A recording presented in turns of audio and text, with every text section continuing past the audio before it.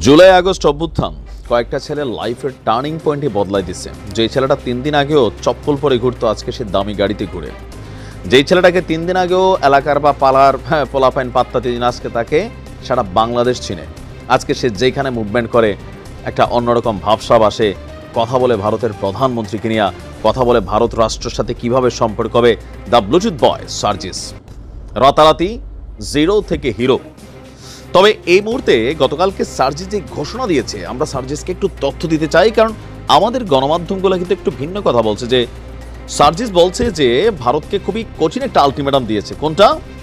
ভারতের সঙ্গে বাংলাদেশের সম্পর্ক কি হবে তা কাজের মাধ্যমে নির্ধারিত হবে।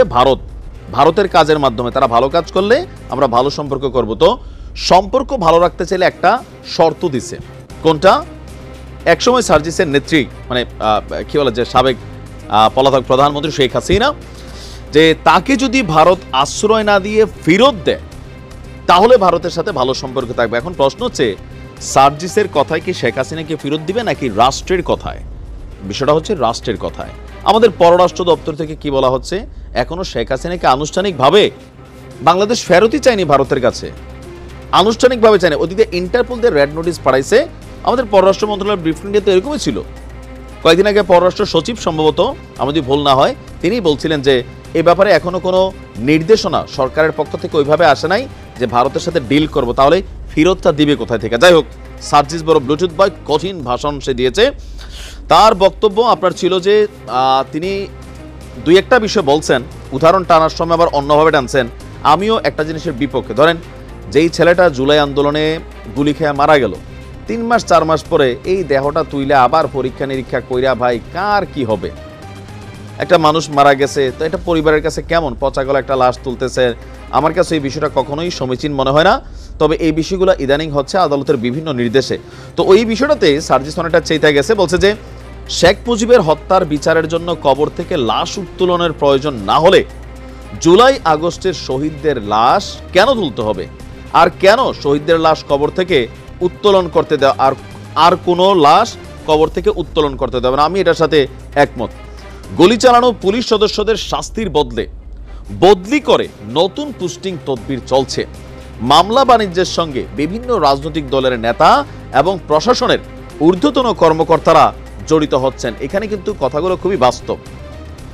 এই মুহূর্তে আওয়ামী লীগের বিরুদ্ধে যতগুলো মামলা হচ্ছে বাংলাদেশের বিভিন্ন জায়গায়, যারা অপরাধী তারাও মামলার শিকার হচ্ছেন, তারা এটা প্রাপ্য। কিন্তু যারা নিরপরাধী, আওয়ামী লীগ করার কারণে, একটা পোস্টে থাকার কারণে, একটা পদবিতে থাকার কারণে অসংখ্য নিরীহ আওয়ামী লীগের নেতাকর্মীদেরকেও কিন্তু হয়রানি করা হচ্ছে। যদিও বিএনপির হাইকমান্ড বলছে এটা আমরা চাই না, আসিফ নজরুল ইসলাম বলছেন এটা করা উচিত না, স্বরাষ্ট্র উপদেষ্টা বলছেন এই জিনিসগুলো বন্ধ করা দরকার, সার্জিসও কিন্তু একই কথা বলছেন যে এগুলো নিয়ে রাজনৈতিক একটা ব্যবসা চলছে।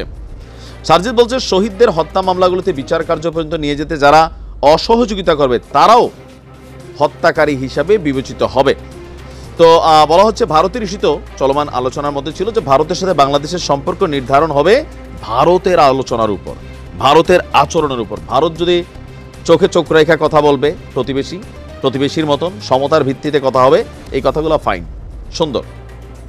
তবে শেখ হাসিনাকে ফেরত আনার যে ইস্যুটা, সার্জিসকে আসলে এই তথ্যটা জানে না যে বাংলাদেশ সরকার আনুষ্ঠানিকভাবে এখনো ভারতের কাছে শেখ হাসিনাকে কিন্তু বিচার করার জন্য ফেরত চায়নি।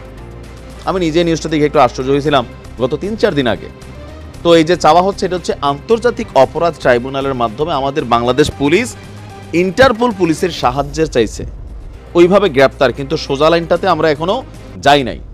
এখন এটা কেন যাই নাই, কি কারণে যাওয়া হচ্ছে না, সেটা হয়তো সময় নির্ধারণ করবে। তো যাই হোক, ভালো থাকুন।